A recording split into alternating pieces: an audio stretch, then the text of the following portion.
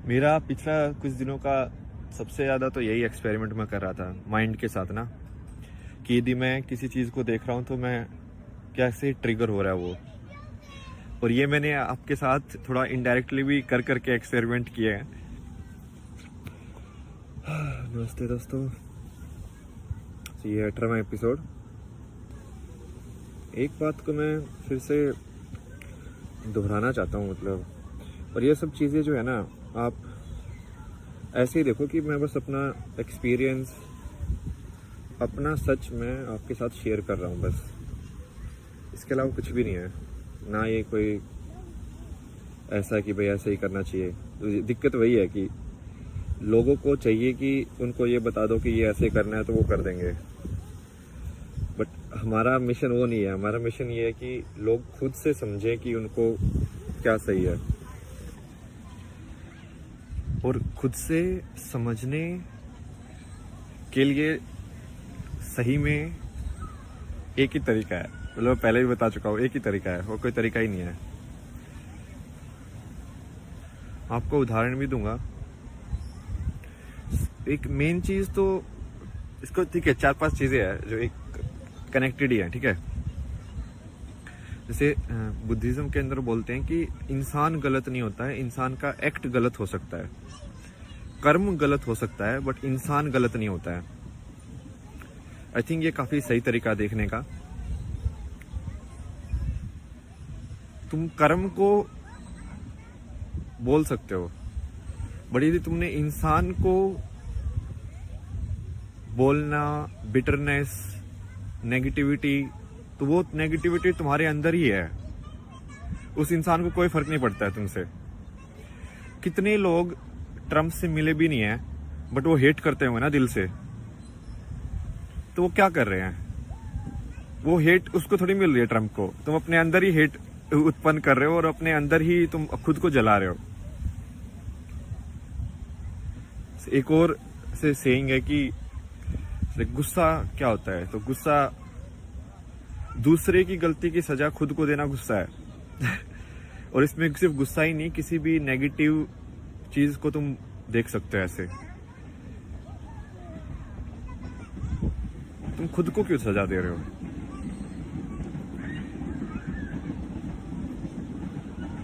तुम अपने, तो फिर तो ये समान से देखने वाला हुआ ही नहीं ना, कि सब लोगों को तुम एक समान देखो। जब सब लोगों को एक समान देख पाओगे, और ये चीज बहुत मुश्किल है, इतनी आसान नहीं है, बहुत ज्यादा मुश्किल है, पता है मेरे को, क्योंकि लाइक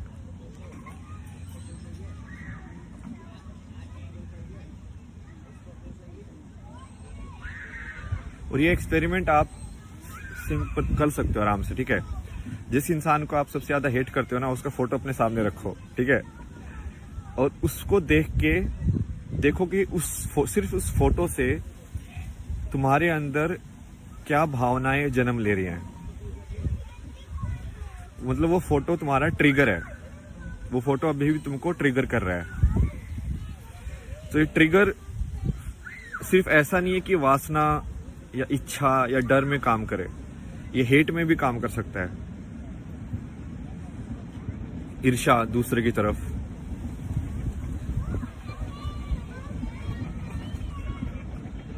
बहुत ही बारीक लाइन है ये, बहुत। बट लोगों को समझना पड़ेगा, क्योंकि असली कर्म जो है वो वहीं से हो सकता है।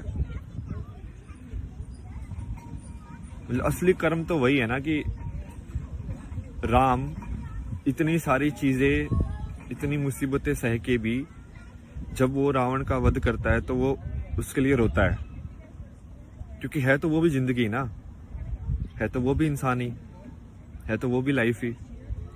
उसने अपना फर्ज निभाया, बट उसने दिल से नहीं निकाला उसको।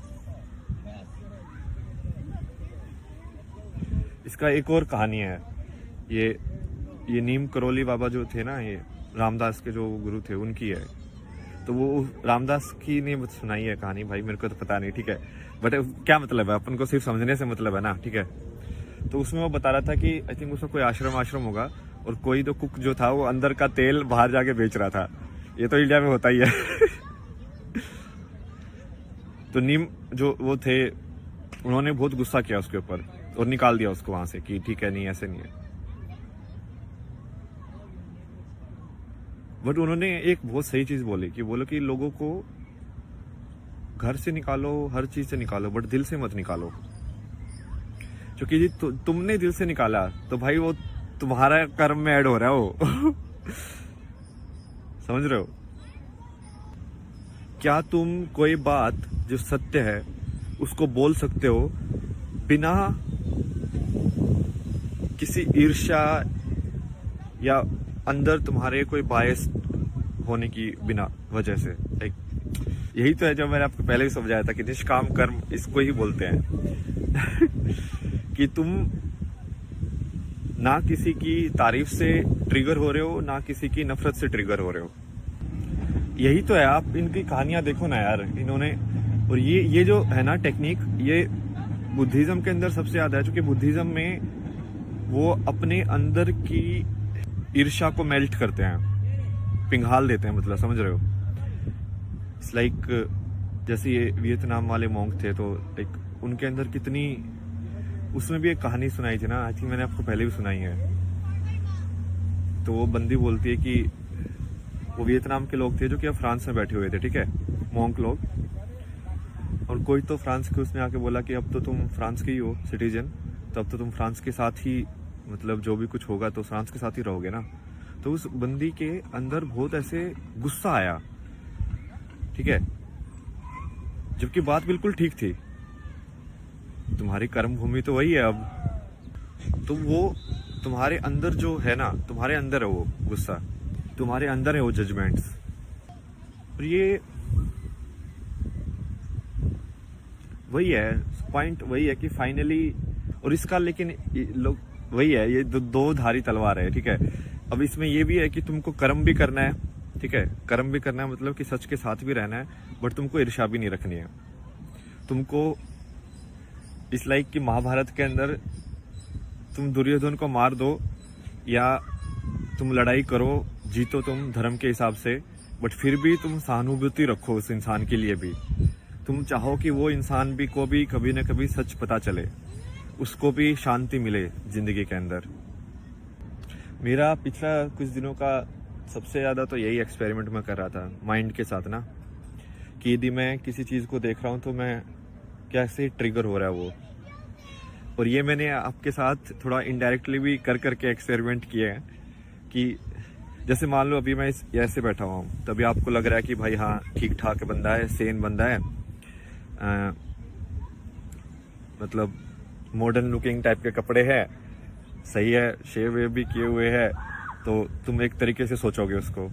यदि मैं भी लाइक ऊपर से कपड़े उतार के यदि सेम चीज बोल रहा होता तो आपका ध्यान कहाँ पे जाता, आपका ट्रिगर हो जाता हो ना, तो आप मेरी बात पे ध्यान नहीं देते। यदि मैं वही चीज मान लो ऐसे लाइक गांजा या ये सब के मार के बोल रहा होता, यदि आपके सामने मार रहा होता तो आप जज करते। तो जजमेंट आपके अंदर है, जजमेंट्स को निकालो।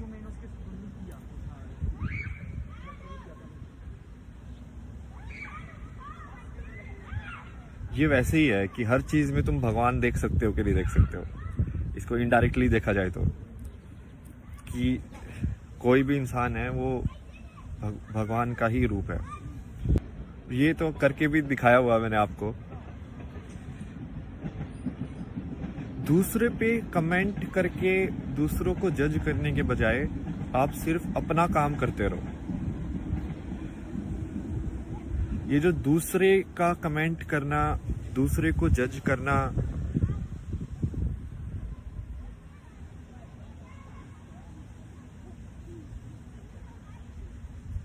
उससे क्या होगा कि आप उसमें फंस जाओगे। सही बात बोलना अलग चीज होती है और जज करना अलग चीज होती है। सही बात के साथ खड़ा होना बिल्कुल अलग चीज है। और बेसिकली हेट उत्पन्न, अब इसमें एक और मैं आपको बताता हूं कि हेट या जो जेलसी या गुस्सा जो होता है वो आपको अंधा कर देता है।